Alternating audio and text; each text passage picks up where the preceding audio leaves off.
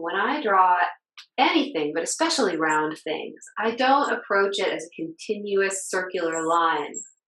The main reason is because if my brush is touching the canvas and moving, I'm not going to take my eyes off of it.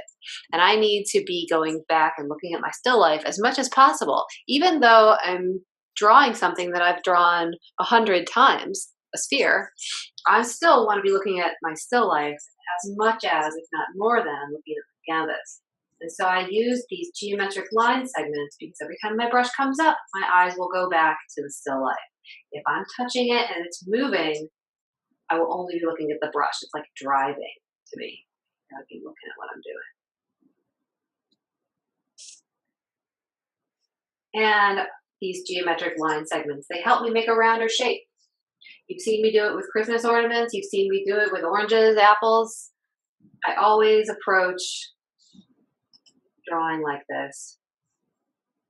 It helps me plates, mugs, bowls, glass floats, anything round, ribbon, helps me stay loose, but kind of sneak up on the correct drawing, if that makes sense. These things are very difficult to do. Even though my mother claims that I could draw a perfect circle with crayon when I was 1, I still can't draw. I need to work my way into it, kind of sneak up on the correct drawing. Child prodigy. That's me.